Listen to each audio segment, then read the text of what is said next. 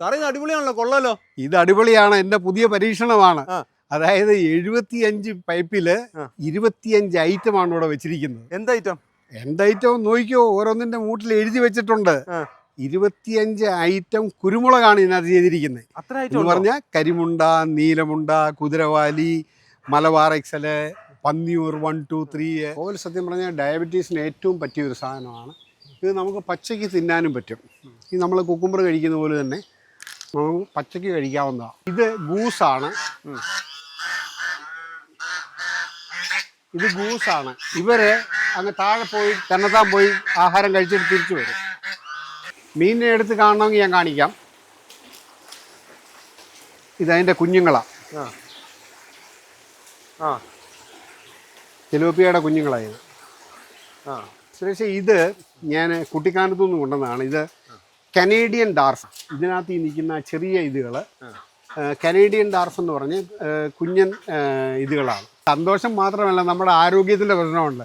ഇപ്പൊ സുരേഷൊക്കെ ജിമ്മിൽ പോയിട്ട് വർക്കൗട്ട് ചെയ്യില്ലയോ, രാവിലെ ആൾക്കാർ ഇറങ്ങി നടക്കുന്ന കാണാം, റോഡ് നടക്കുന്ന കാണാം. ആ സമയത്ത് വീട്ടിൽ നിങ്ങൾ ഇച്ചിരി പച്ചക്കറി ഉണ്ടാക്കുന്നേ.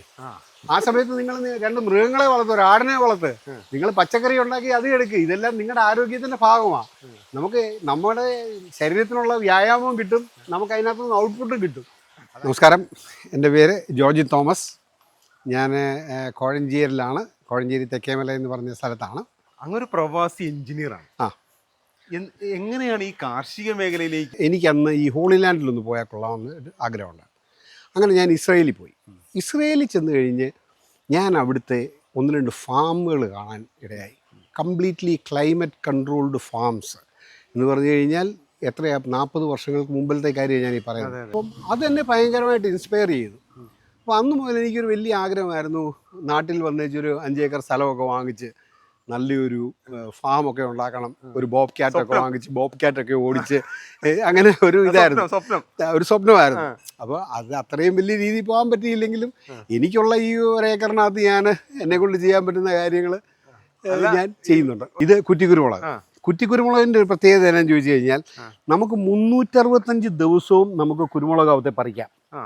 ഇതുണ്ടോ, ഇതിപ്പോൾ കുരുമുളക് വിത്ത് നിൽക്കുക 325 ദിവസവും. ഇത് വിളഞ്ഞിട്ടുണ്ട്, കുഴപ്പമില്ല. ഇത് നമ്മൾ ഇപ്പോൾ പച്ചയ്ക്ക് എടുത്തിട്ട് നമ്മൾ ഈ മീൻ വറക്കാനായിട്ട് ഇത് പച്ചയ്ക്ക് അരച്ച് നമുക്ക് ചെയ്യാൻ പറ്റും. ഇത് നമ്മുടെ റെഡാണ് ഇത് വെച്ചിരിക്കുന്നത്. ഇതിപ്പം ഫ്രൂട്ടായി വന്നുകൊണ്ടിരിക്കുന്ന സമയമാണ്. ഇത് നമുക്ക് ഏകദേശം ഒരു 90 മൂടോളം ഉണ്ട് ഇതിനകത്ത്. ഡ്രം കൃഷിയുടെ പ്രത്യേകത എന്താ സാറേ? ഡ്രമ്മിൻ്റെ പ്രത്യേകത എന്നാന്ന് ചോദിച്ചു കഴിഞ്ഞാൽ നമുക്ക് സ്ഥലപരിമിതി ഉണ്ടെങ്കിൽ, ഇപ്പം നമുക്ക് ഒരു 10 സെൻറ്റ് സ്ഥലമേ ഉള്ളൂ. ഈ 10 സെൻറ്റ് സ്ഥലമേ ഉള്ളിടത്ത് നമുക്ക് ഈ എല്ലാ മരങ്ങളും കൊണ്ട് വെക്കാനൊക്കത്തില്ല, ഫ്രൂട്ട് ട്രീസ് കൊണ്ട് വെക്കാൻ പറ്റത്തില്ല. ഇവിടുത്തെ പ്രത്യേകത എന്നാന്ന് ചോദിച്ചു കഴിഞ്ഞാൽ ഈ ഫ്രൂട്ട് ട്രീസ് നമുക്ക് ഈ ഡ്രമ്മിനകത്ത്, ഇത് 200 ലിറ്ററിൻ്റെ ഡ്രമ്മാണ്. ഇത് കട്ട് ചെയ്ത് കഴിയുമ്പോൾ 100 ലിറ്റേഴ്സായി. ഇതിനകത്ത് അതിൻ്റെ പോട്ടിങ് ഒരു പ്രത്യേക ഒരെണ്ണത്തിൽ നമുക്ക് 2 ഒരു ഡ്രമ്മിനകത്ത് നമുക്ക് 2 ചെയ്യാം. അപ്പോൾ ഇതിനകത്ത് ചെയ്യാൻ പറ്റുന്നത് എന്നാന്ന് ചോദിച്ചു കഴിഞ്ഞാൽ ഇത് നമുക്ക് എപ്പോൾ വേണമെങ്കിലും എങ്ങോട്ട് വേണമെങ്കിലും മാറ്റി വെക്കാം. ഇത് അബിയു ആണ്. ഇത് അബിയു എന്ന് പറയുന്ന സാധനമാണ്. ഇത് നാരകമാണ്. ആപ്പിളാണ്, പേരാപ്പിളാണ്. പിന്നെ അപ്പുറത്ത് നമുക്ക് പല വിധത്തിലുള്ള മാവുകൾ, പിന്നെ പേര, പ്ലാവ്, അവക്കാഡോ, ഇതെല്ലാം ഇതിനകത്തുണ്ട്. ഇത് അവക്കാഡോ ആണ്. കയറി ഇനി പുതിയൊരു സാധനം കാണിച്ചു തരാം. കുരുമുളക് വിയറ്റ്നാം മോഡൽ എങ്ങനെ ചെയ്യാം എന്നുള്ളതാണ്. വിയറ്റ്നാമിലേക്കാണോ ഇറങ്ങുന്നത്? വിയറ്റ്നാമിലേക്കാണ്. 25 വെറൈറ്റി എങ്ങനെയാണ് എന്നുള്ളത് മനസ്സിലാക്കണം. ഇതിപ്പോൾ ഓരോന്നിൻ്റെയും മൂട്ടിൽ ഏത് ആണ് വെച്ചിരിക്കുന്നത് എന്നുള്ളത് നമ്മൾ എഴുതി വെച്ചിട്ടുണ്ട്. നീലമുണ്ട അല്ലേ? അത് നീലമുണ്ടയാണ്. സുരേഷ് നോക്കിയോ, മുന്നോട്ട് വന്നോ. കുമ്പുക്കലുണ്ട്, കരിമുണ്ടയുണ്ട്, തെക്കനുണ്ട്, മലബാർ എക്സലുണ്ട്, കുതിരവാലിയുണ്ട്, പന്നിയൂരുണ്ട്. ഒരേ ഫാമിനകത്ത് ഓരോ വെറൈറ്റിയും എങ്ങനെ വളരുന്നു എന്നുള്ളതിന് നമുക്കൊരു ഐഡിയ കറക്റ്റായിട്ട് മനസ്സിലാക്കാൻ പറ്റും. അതെൻ്റെ ഒരു എക്സ്പെരിമെൻ്റ് എന്നേ ഉള്ളൂ, മനസ്സിലായി. അല്ലാതെ അതിനകത്ത് വേറെ കാര്യങ്ങളൊന്നുമില്ല. കാരണം എൻ്റെ ഈ കുരുമുളക് വളർന്നു വരണമെന്നുണ്ടെങ്കിൽ അടുത്ത ഒരു 1.5 വർഷം എടുക്കും. ആ സമയത്ത് ഇതിപ്പോ പുതിയത് ഇട്ടതാ. ഇതിനു മുമ്പ് ഇവിടെ ഉണ്ടായിരുന്നത് കുക്കുംബർ ആയിരുന്നു, സ്നോ വൈറ്റ് കൊടുത്തുണ്ട്. സ്നോ വൈറ്റ് ഇപ്പം ഇവിടെ ആയി തുടങ്ങി. ഈ സ്നോ വൈറ്റില് ഇത് ഞാൻ ഏകദേശം 200 കിലോയോളം സ്നോ വൈറ്റ് ഞാൻ ഓൾറെഡി വിറ്റ് കഴിഞ്ഞു കഴിഞ്ഞ സീസൺ. ഇപ്പൊ തന്നെ പാവല് കിടക്കുന്നുണ്ടല്ലേ, പാവയ്ക്ക് അവിടെ കിടപ്പുണ്ട്. ഇപ്പൊ ഞാൻ അത് കഴിഞ്ഞ് വെണ്ട വെച്ചിട്ടുണ്ട്, അടുത്ത കുക്കുംബർ ഇതിനകത്ത് വെച്ചിട്ടുണ്ട്. അപ്പോൾ ഇതിനകത്ത് ഇപ്പോൾ ഞാനൊന്ന് ഗ്രോ ബാഗിലോട്ട് മാറ്റി എന്നുള്ള ഒരു ചെറിയ ചേഞ്ചേ ഉള്ളൂ. അപ്പോൾ ഇപ്പോഴും പലരും കുരുമുളക് ചെയ്യുന്നുണ്ട്, പക്ഷേ ഇതിനിടയ്ക്ക് ആരെങ്കിലും ഇങ്ങനെ പച്ചക്കറി ചെയ്യുന്നുണ്ടോ എന്ന് എനിക്കറിയില്ല. അതെൻ്റെ ഒരു പരീക്ഷണമോ, വിജയിച്ചില്ലയോ അത് വേറൊരു കാര്യം. പക്ഷേ എന്നെ സംബന്ധിച്ചോളം എനിക്കതൊരു വിജയം തന്നെ. ഇല്ലെങ്കിൽ അത് വിജയിക്കുമെന്നുള്ള ഒരു ധൈര്യം നമുക്കുണ്ട്. ഇപ്പം ഇതിൻ്റെ 4 വഴിക്ക് മുഴുവൻ വഴുതനയാണ്.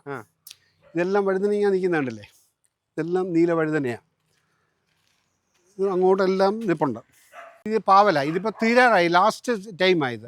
ഇപ്പൊ ഇനി ഇതിൽ കൂടുതൽ ഇനി അടുത്ത ഇതെല്ലാം നമ്മളിപ്പോൾ കട്ട് ചെയ്ത് മാറ്റിയിട്ട് അടുത്ത സാധനം ഇവിടെ പിടിപ്പിക്കാൻ തുടങ്ങും.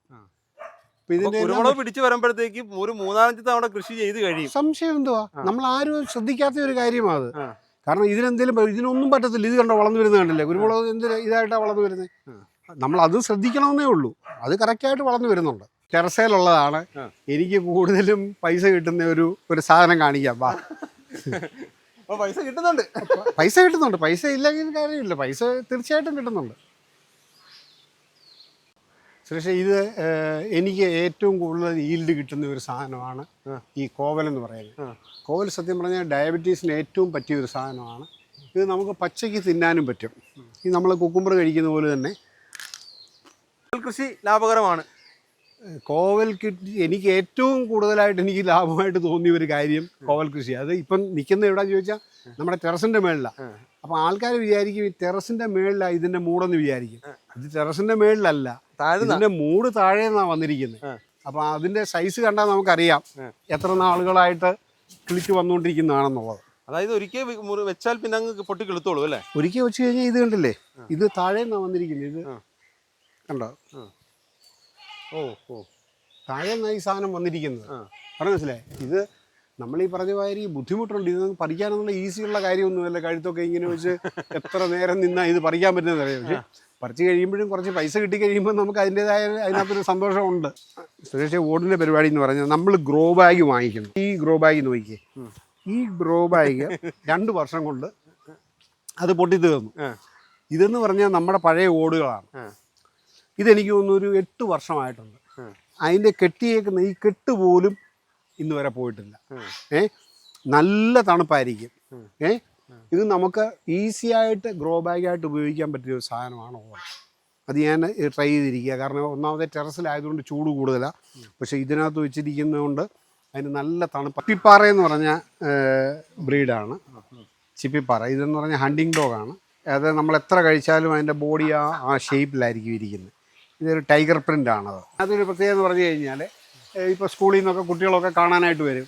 ഇപ്പം ഇൻറ്റേൺഷിപ്പ് ചെയ്യുന്ന പിള്ളേരൊക്കെ വരും.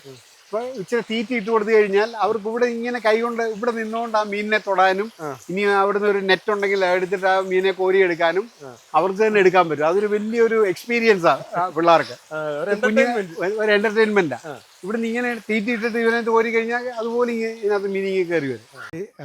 ഇതൊക്കെയാണ് സുരേഷ് എൻ്റെ ലോകം എന്ന് പറഞ്ഞു കഴിഞ്ഞാൽ. സുരേഷിൻ്റെ ഭാഷയിൽ പറഞ്ഞാൽ റിട്ടയർമെൻറ്റ് ലൈഫ്. എന്നെ സംബന്ധിച്ചുള്ള ഈ റിട്ടയർമെൻറ്റ് ലൈഫ് അല്ല.